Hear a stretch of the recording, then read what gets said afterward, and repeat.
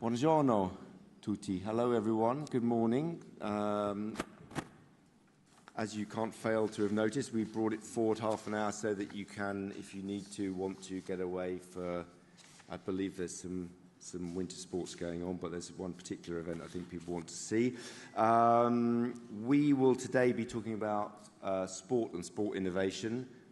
As ever, any other questions also welcome. You can ask whatever you want to, as ever, but we'll start with that.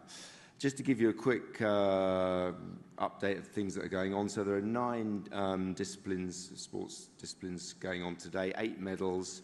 I'm told the weather in Cortina is glorious, so that's good. A couple of quick broadcasting digital figures. So the opening ceremony on Rai attracted one of the largest audiences on Italian television in recent years, an average of 9.27 million viewers. And just to give you, from our side, digitally, Olympic social media handles 5.3 billion engagements, which is quite something. That's engagements as well.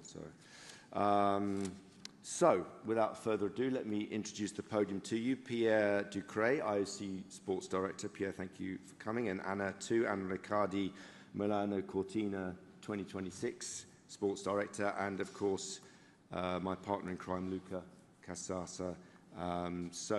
I've been told to tell you at the beginning of the press conference that there is translation, so you're all ready for it with your translating machines, and we're not all scrabbling, me too, when it comes to it. 8 languages available, so it should cover, I think, most people. And we will also hopefully have some questions remotely if there are any. So let's get on. Let's start with quick little presentation on innovations in the sports program first from Pierre. Pierre. Yes. I actually need to push. Yeah. See. Too much innovation already. Good morning, everybody. I love that we have rescheduled this press conference to make sure you can enjoy sport, because this is very much what our focus should be. So when it comes to the sport program, I think you could all see yesterday that we already had a fantastic day of sport out there. Of course, the men's downhill and the images coming up in Bormio, but the performance of the Italian team already with that first temporary ice providing a perfect stage for that gold medal and an Olympic record. I'm sure Anna will talk about that. We also saw some fantastic hockey women's game, as we have today also the NHL arriving in town, landing as we speak. So the preparations are getting to their maximum. But yeah, the games on the women's side were really impressive yesterday. And in general, if we talk about women and innovation in the program, you can see on the slide behind me that there has been a lot of progress in that direction. We are now at 47% quota of athletes for female in the program. We have pushed that around 3% from the last edition. We have 4 new women's events in this program, which is important. And across most of the sport, you can see a better balancing between men and women. As you know, it's a big objective for the IOC to try and achieve parity, as we demonstrated in Paris. So we continue to work in the lead up to 2030 to understand how we can further improve that balance. Innovation is also going through the program, of course, a new event. You can see on this slide that we've added for these games 8 new events. Skeleton mixed team, luge women double, men and women dual moguls, the women's large eel event, and ultimately the ski mountaineering 3 events, men and women sprint, and then the team relay. Those are all new events for this edition of the Games that we highly recommend you look for, because we believe they can massively contribute to the Olympic product overall. Ski mountaineering, new sport. It's the first new sport we add to the program in 25 years, so something extremely exciting for everyone. A very strong sport in this country, a very strong sport in this part of the world, but also a very quickly developing sport across the world. So we're very excited to be able to see it live in Bormio following the alpine skiing competitions, also a sport that fits perfectly into the overall program. In terms of innovation, I know you will have a session with Yanis that will take you through all of the improvements and new setup from OBS, but just to refer to some of the images that some of you would have seen yesterday, some of the drone shots from luge, from alpine skiing, or from slopestyle. I mean, I don't know if you feel the same, but looking at the screen in the downhill, I almost feel motion sickness. That's how much we are able to project ourselves thanks to this new way of broadcasting the sports into the action. So fantastic for us. And yeah, I don't want to be too long, just as I mentioned, to also mention after 12 years, the return of the NHL players is a big step.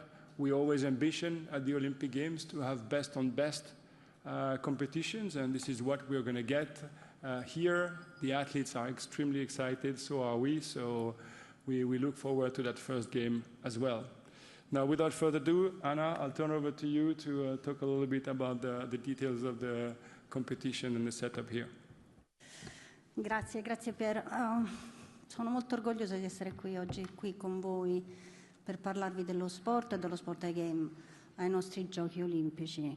La più grande innovazione, credo, è stata il nostro progetto in generale, perché è la prima volta che abbiamo messo tutta l'enfasi e il possibile focus nell'avere gli atleti al centro del sistema e offrire loro i giochi nei luoghi che conoscono profondamente gli sport invernali. Questa è stata l'origine del nostro progetto, un'origine molto semplice ma molto vincente. Come ben sapete, questo significa una difficoltà organizzativa enorme, perché gli giochi si svolgono su 22 km quadrati, coinvolgono 2 regioni, 2 province autonome, 2 città, ma la complessità organizzativa è stata nulla in confronto ad offrire un'opportunità incredibile agli atleti di vivere i Giochi Olimpici nei luoghi più iconici che l'Italia poteva offrire dal punto di vista dell'organizzazione e della specializzazione nello sport.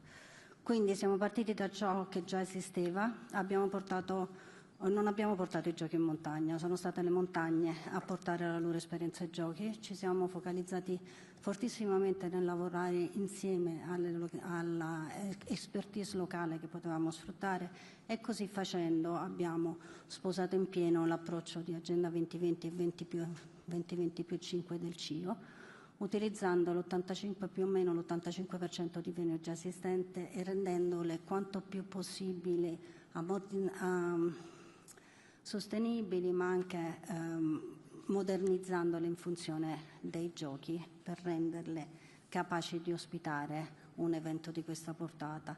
Uno degli esempi è sicuramente Anterselva. Anterselva è una delle eccellenze del biathlon, hanno organizzato campionati del mondo, tantissime coppe del mondo, ogni anno ospitano 20-30.000 persone, quindi portare il biathlon lì è stata una scelta vincente per gli atleti che conoscono questa venue e se ne fidano al 100%.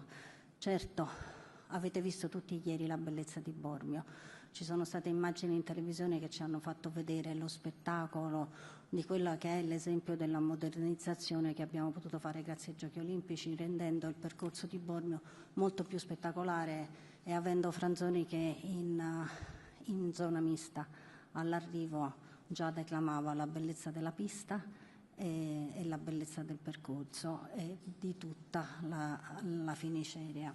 Ugualmente siamo andati per Milano nel ghiaccio. È stato tutto fatto, la maggior parte di quello che sono gli ice rinks di Milano sono strutture temporanee, e lì abbiamo avuto la meraviglia di iniziare col botto ieri con i 3.000 metri e un record olimpico, a dimostrazione che le innovazioni e lo sviluppo permettono anche un concept diverso dei Giochi Olimpici e permettono di portare gli sport del ghiaccio veramente nella città, mantenendo un concetto di sostenibilità e di legacy molto importante. Mi vorrei un attimo adesso soffermare su quella che è la in-venue presentation. Anche lì il nostro approccio è stato sempre centrato sull'atleta, infatti nulla all'interno delle venue deve distrarre dallo sport stesso, e quindi ci siamo focalizzati sulla performance per integrare la sport presentation a quello che è la vita dell'atleta quando arriva in venue, dare loro flussi chiari e prevedibili verso le sedi di gara, lavorare in tempi affidabili, avere spazi di warm-up e call room e mix zone privilegiati che abbiamo costruito insieme alle federazioni internazionali, e soprattutto gestire attentamente suono, luci e annunci per non interferire nella concentrazione e nella routine pre-gara degli atleti. Per gli spettatori invece abbiamo fatto tutto quello che è possibile per integrare tutto quello che è speaker, grafiche, maxi schermi, tecnologie di proiezione, e poi abbiamo lavorato molto con la televisione per poter avere un fan engagement che consistisse un'integrazione per quella che è l'esperienza in venue e quella che è l'esperienza dei telespettatori. Il nostro obiettivo è sempre stato che ogni venue fosse diversa, ma riflettesse il proprio sport e il territorio che le ospita, restando sempre riconoscibile, coerente e soprattutto centrata sull'atleta e sulla competizione. Questo è stato il leitmotiv che ha guidato sport nell'organizzare i Giochi Olimpici di Milano-Cortina, e per fare questo abbiamo ascoltato gli atleti e le federazioni internazionali, e sono molto grata sia alla Commissione Atleti di Milano-Cortina che alle federazioni internazionali con cui abbiamo lavorato mano nella mano per la costruzione delle venue, per validare tutti i layout di gare e di servizi, per definire gli standard tecnici e operativi per lo svolgimento delle competizioni. La Commissione Atleta poi è stata fondamentale nell'approccio dell'esperienza dell'atleta ai giochi e per trasformare quello che era il nostro progetto nella realtà dell'esperienza che gli atleti vivono in questi giorni a Milano e in tutte le sedi di gara di Milano-Cortina 2026, sia dal punto di vista della performance sportiva ma anche di quelli che sono i servizi e i giochi. Infatti per noi ogni decisione operativa doveva partire dall'impatto che aveva sull'atleta, e per fare questo il principio guida è che se una cosa non funziona per gli atleti non funziona per i giochi. Infine vorrei dire due parole su quella che è la complessità operativa dei giochi diffusi e sulla sua organizzazione. La funzione sport è una delle più grandi in termini di persone coinvolte, soprattutto durante il periodo dei giochi. Ogni giorno nelle venue, fra tutte le venue, saranno operative circa 5.000 persone, che sono composte da professionisti della funzione dello sport, ufficiali tecnici specializzati, team dedicati alla sicurezza sportiva e all'integrità dell'atleta, e un numero elevato di volontari. I volontari sono essenziali. Senza i volontari non avremmo potuto sopportare al meglio le competizioni e garantire quella infrastruttura umana che rende possibile i giochi. E in definitiva tutto questo aveva un unico obiettivo chiaro: creare le migliori condizioni possibili affinché gli atleti possano esprimersi, competere e fare la storia. Quindi, in conclusione, Milano-Cortina significa grande sport, grandi luoghi, atleti al centro di ogni decisione.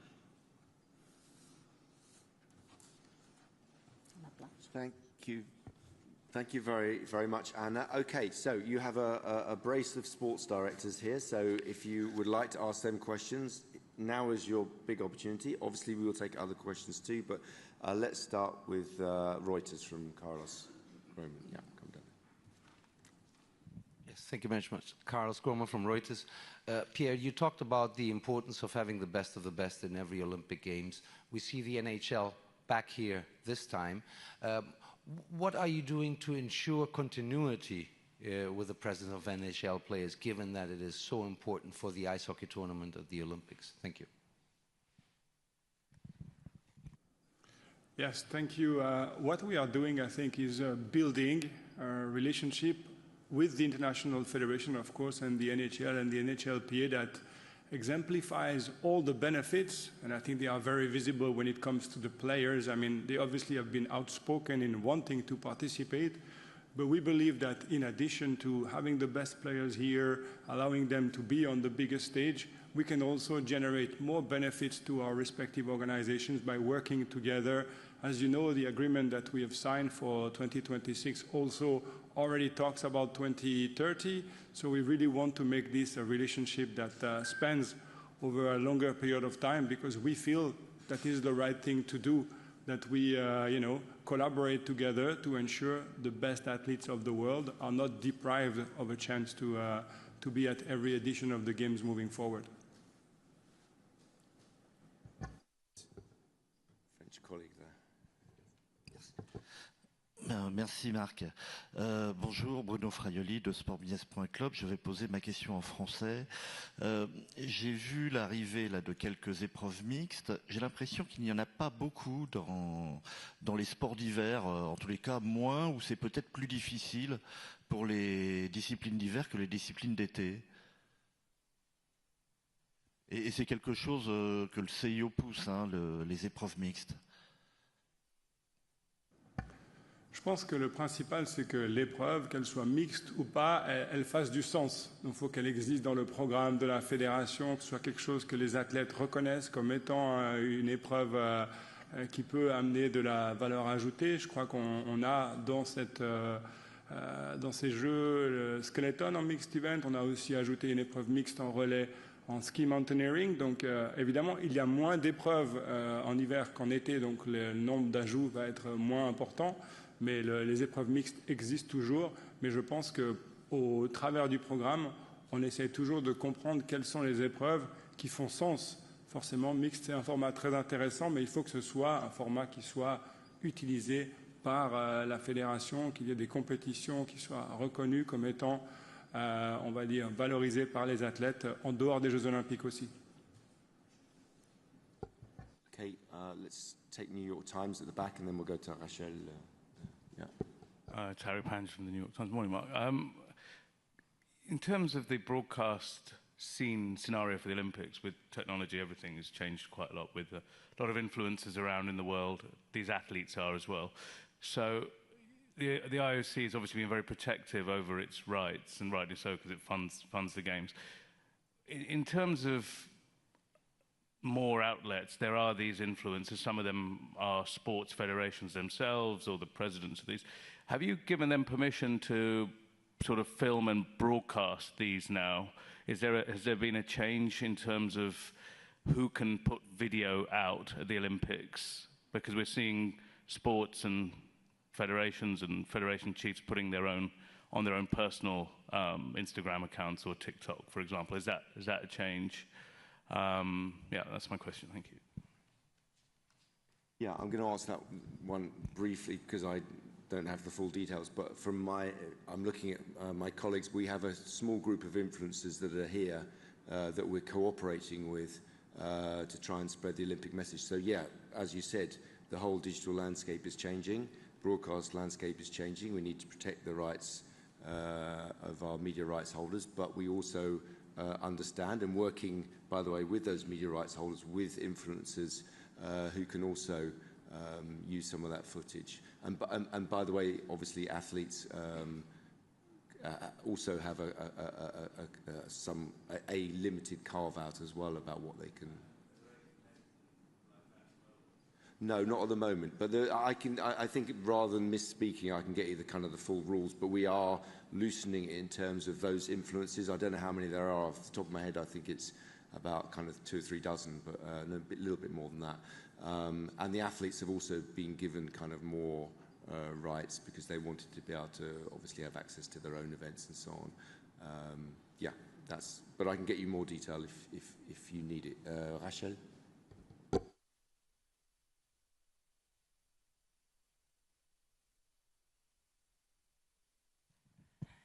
Thanks, Mark. Hello, everybody. I will ask my question in French, if you don't mind. I've got two.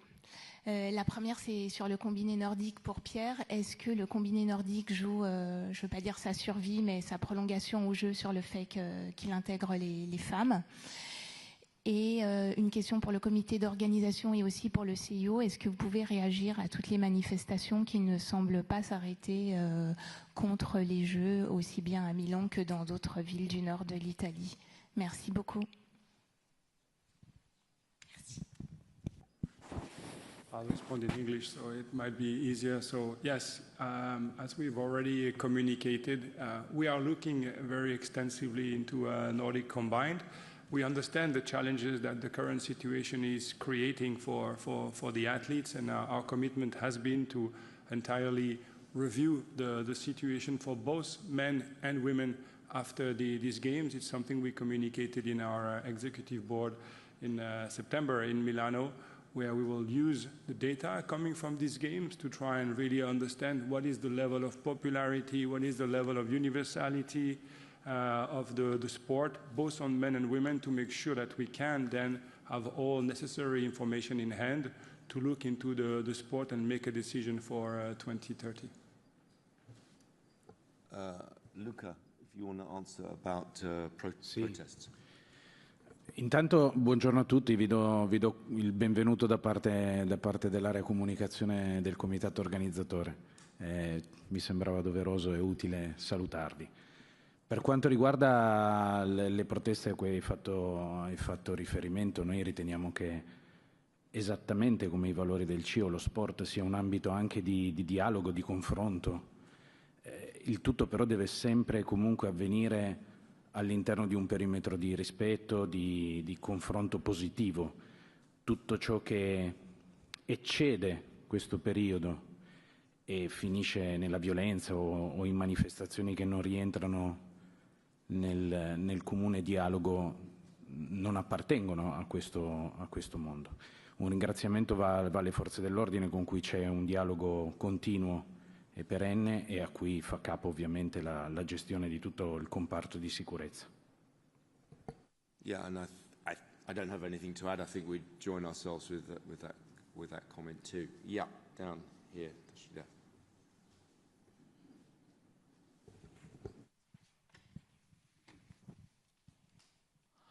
Takafumi Yoshida from Japanese News Agency Kyodo News. I have a question to Pierre about gender equality.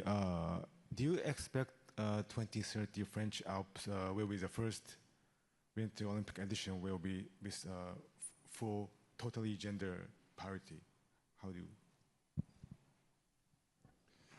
Thank you for the question. What we expect is to continue to work in that direction. As you understand, the quota of athletes in the context of the Games is a delicate matter. So if you have to better balance men and women, you also need to find the way to allow the decisions to be fair. So we are working already to try and understand the path that could exist to 50-50. But we are doing that very carefully in collaboration with the international federations to make sure that it's not just something we do artificially. We want to make sure it's a meaningful evolution of the program so that we can definitely aim at that 50-50. But we're working now with the international federation and the organizing committee of 2030 to be ready when comes the time in June. Okay, let's go over here. Yeah, let's have our FRZ and then we'll gentleman there. Yeah. Christoph Becker, Frankfurter Allgemeine Zeitung. I've got two questions with regard to the participation of Israeli athletes. One is a more general one, referring back to the opening ceremony. Were there any particular security measures in place as to, let's say, catch some form of protest from spectators with, I don't know, banners or something at the gates of the stadium? So was there any particular security for this? And then secondly, I just heard that there was a theft in the lodgings of Israeli bobsledder AJ Edelman. Do you have any information on that? A, where does he stay in Cortina? Does he stay in the Olympic Village there, or does he stay somewhere else? And B, are there any details known yet if this was let's say petty crime, or if there is anything more to it? Thanks. So on your more general question, I mean, obviously our job is to create an atmosphere of celebration where people feel safe. That's not our job, actually. That feeling safe is the job of the authorities. I won't comment, and you wouldn't expect me to comment on security issues. But obviously, we hope that opening ceremony can be presented in the way that people can enjoy it and celebrate it. And the athletes are here obviously to compete, and they need our support. On the more general issue, I understand, but I'll just pass to Luca, I think, but I understand that this was in a pre-games lodging, and therefore was not within our zone. But obviously, the most important thing is to say that we send our kind of support to them. We understand these terrible things do happen, and we will do all we can. If they need any help, we'll obviously do that. But Luca, I don't know if you have any more details on that one. Sì, nulla da aggiungere rispetto a quello che ha detto Mark. È un fatto, da quello che ci risulta, accaduto prima dei giochi, quindi non di nostra competenza.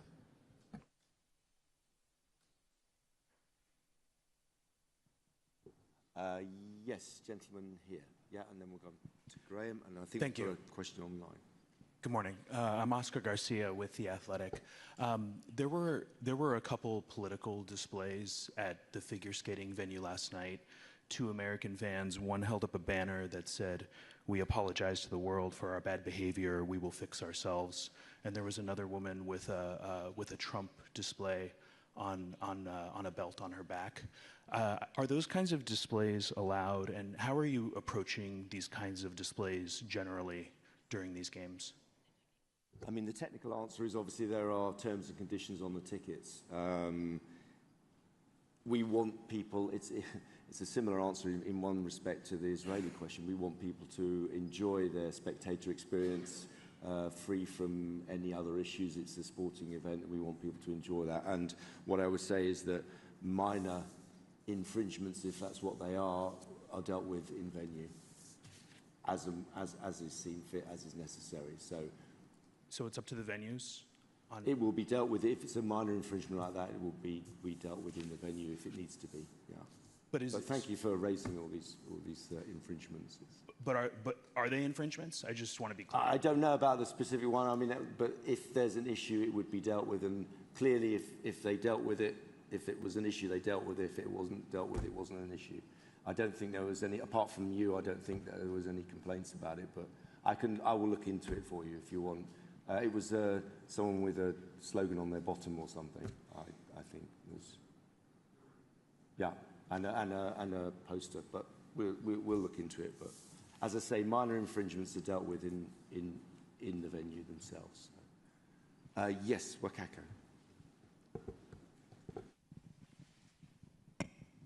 Thank you. Wakako Yuki from Yomiuri Shimbun. Two questions to Pierre. First one is actually follow-up to Rachel's Nordic Combined. And what is the major obstacle for a women's event not it being introduced? And how during this Olympic Games, how would you like to observe, what sort of criteria are you focusing on to watch for the decision of the future of this event or discipline? Also, regarding the general, actually, sports operation, of course, first couple of days, usually you would find something and try to make adjustment. And this is not strictly under your control, but we hear, for instance, transportation delays. Initially, there were minor blackout occurring. What are the things that you are trying to make changes, and these are not happening again? Thank you. Well, thank you very much. When it comes to Nordic Combined, I think we look at it in a way that these games will provide us a lot of information. When we assess a sport, not necessarily Nordic Combined, any sport, what do we look for? We look for universality. We look for a spread of excellence at the top. We look for, is this sport being watched in the games, outside the games? There's a lot of elements that are being used, which, again, are not specific to Nordic Combined. We apply the exact same criteria to all sports. It just turns out that this particular discipline has had challenges in the past. I think it's been communicated, both on the men and the women's side, So we just want to make sure that we take a very good look in details as how much the sport has moved forward since we made the decision for 2026. When we decided on the women for 2026, as you know, in 21, there had only been one world championship with a lower number of athletes. Now the sport has evolved further, so we want to make sure we take all the criteria I just mentioned and inform those that have to make the decision. For the second part of the question, I'll just mention, and I'll turn over to Anna, that in the context of the games, what we always want to do is make sure we learn from the issues we have, so that we don't have any issues happening twice. But I'm sure she can explain more about the work and the situations you mentioned. Grazie Pierre. In effetti è proprio così. I primi problemi che abbiamo avuto, soprattutto sui trasporti, sono stati una questione di rodaggio di tutta quella che è la macchina complessa dell'organizzazione dello sport e dei giochi diffusi. E di conseguenza abbiamo avuto qualche inconveniente che si è riflesso soprattutto in qualche venue di montagna e su Milano. Ora il sistema è andato a sistema, perdonate il gioco di parole, e pensiamo di non aver più, speriamo e auspichiamo di non avere più problemi di questo genere. Per quanto riguarda il blackout, siamo andati subito al riparo per quella che è possibili situazioni difficili con l'energia e siamo andati a un resetting venue per venue di quella che è la situazione energetica per evitare che quello che è successo nella prima gara di curling a Cortina si possa ripresentare in altre gare e stiamo continuando a monitorare e a procedere con la revisione di tutto il comparto nelle notti prima delle competizioni. Okay, we have a question from the mountains online. Thanks. Yeah, this is from Sarah Levitt at Canadian Broadcasting Services, and she wants a general overview of the technology and then more specifically on the drones and the ones that are filming the athletes in the first person. On the one hand, she asks, they create beautiful panoramic views, and yet some of the athletes have also complained about noise issues. So what's your response to that point as well?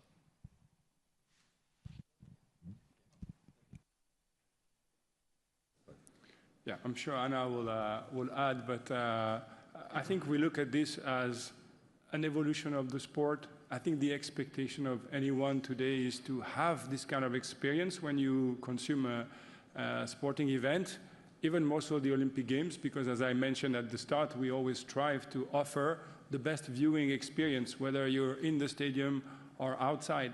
So this is the expectation today. We believe, in collaboration with the International Federation, that the drone do not impact significantly the experience of the athletes. We've looked into it to make sure that it doesn't. Maybe some people are more sensitive than others, obviously, but we're trying to make sure that the way we improve the broadcast of the games is certainly not an obstacle to the performance of the athletes, but that's an ongoing conversation every time with the athletes community, with the International Federation. But Anna, maybe you want to add something? Ma no, Pierre, penso che tu abbia detto tutto. Sicuramente abbiamo testato i droni prima dell'utilizzo in tutte le occasioni che abbiamo avuto, nelle diverse test event che abbiamo fatto, e abbiamo valutato, anche sentendo appunto la comunità degli atleti, che l'impatto non fosse sulla loro performance e non desse fastidio in alcun modo a quello che avvengono. Poi, come dice giustamente Pierre, le situazioni sono differenti da atleta a atleta e anche dalla sensibilità di affrontare la gara olimpica con una novità, ma al momento non abbiamo avuto nessuna lamentela che ci possa far considerare il non utilizzo dei droni per le riprese. Thanks, Anna. And I should say Yannis, our head of OBS director, will be here to talk about all of those things, new technologies and so on that we're using in innovations. I'm not sure which day, but we will let you know. Okay, let's go to Graham from AP. Thank you very much, Mark. Just picking up on the protests. On the day of the vote 7 years ago, one of the main reasons given by the IOC for why Milan won over Stockholm was that public support was better, that people didn't want it enough in Sweden, and in Milan they did. And so obviously the optics of protests and tear gassing on the first Saturdays, not ideal. Has that surprised you to see these protests? Do you think it's a sign of some kind of deeper discontent, or just a regular feature of the games and something that's just going to happen on Saturdays this month? I'm not an expert on the Italian political scene, so I won't attempt to give you an answer to that. I mean, I think from our point of view, peaceful protest is entirely legitimate in many countries of the world. And we draw a line, as we said earlier on, at violence. Well, that has no place at the Olympic Games. But I think it's very much something that's apart from I honestly don't know how many protesters there were and so on, but I think we just need to get on with the Games, which will, spread a strong message of unity and peace to the world, which I think is very important at this moment in time. Much more to say than that, Graham, I think. Okay, yeah, gentleman at the back, I think we're coming to an end slowly. Sorry, I apologize if this question has already been asked before. The Russian figure skating coach, Tutberidze, is here with them, and she is accredited by the Georgian team. Witold Banka some days ago said that he feels not comfortable seeing her here because of this scandal 4 years ago. What does the IOC think about this? Do you feel comfortable that she's here or not? Or how are your comments on this? Yeah, I mean, comfortable, not comfortable, it doesn't, for me, is not so important an issue whether I'm comfortable or not. But I think in that case, as far as I understand, and WADA have dealt with to a certain extent, but I'm not going to speculate on details, but there was an investigation at the time, there were no issues found that could be actioned. And since then, I think, as WADA have explained, they have strengthened their entourage investigations and so on around athletes. But you need if you're going to take action against someone, you need some evidence to take that action. And from what I understand, there isn't any. So not much more to add. Yeah, gentleman there. Yannick Schneider from ZDF Germany. In addition to the prior question,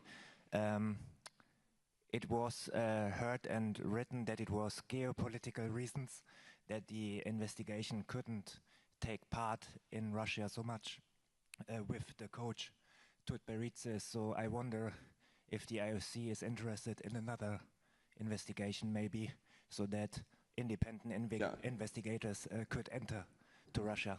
Thank you. I think that's a question best directed to WADA, because they're the responsible organisation for that, any investigation. Okay, I think some people... Oh, no, okay, we're going to go around again. Some people don't want to watch the skiing, so we're going to... Tariq, clearly not a ski fan, and then we'll go off to the right here. Yes, Tariq. We're going to keep you here so you miss the entire event, Mark. That's the plan. Can I ask about Kirsty Coventry's meeting with... sorry if it's been asked earlier, I don't know. With Vance and Rubio, and they've been here. Kirsty's not travelled as often as some other sports federations and embraced the Trump administration like some other ones. What is her... Is that your ski alarm? What's that?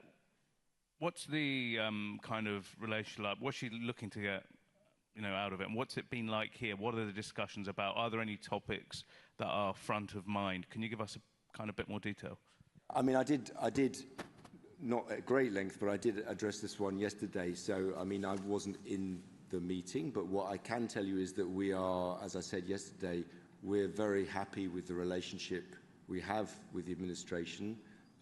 It's very supportive, particularly in the run-up to the Los Angeles Games. It's very important that you have a good relationship with the administration in whatever country that happens to be, and that is the case here. What the kind of detailed conversation was, I can't tell you. What I could tell you is that apart from that great relationship, obviously at the moment, the President will be concentrating 1,000% on making sure that these games are a success. So I really wouldn't want to kind of take that speculation any further. Yeah, gentleman there. Je suis désolé, mais je voudrais revenir sur le problème des manifestations. J'ai un petit peu d'expérience d'événements sportifs. Marc, vous avez raison, généralement ça s'arrête le jour où l'événement commence, que ce soit Coupe du Monde ou Jeux Olympiques. Or là, ça continue, et j'ai quand même l'impression que c'est dû à la présence de ICE, je ne sais pas si c'est une police justement, je ne sais pas trop le cadre fédéral. Il y a eu des discussions du CIO avec l'État fédéral américain pour la présence ou non de ces policiers. Only, I'll answer in French because in English because I think it would probably save your ears. But I mean, only a discussion. We didn't have a discussion, I think, with them about the specific issue because I think they clarified.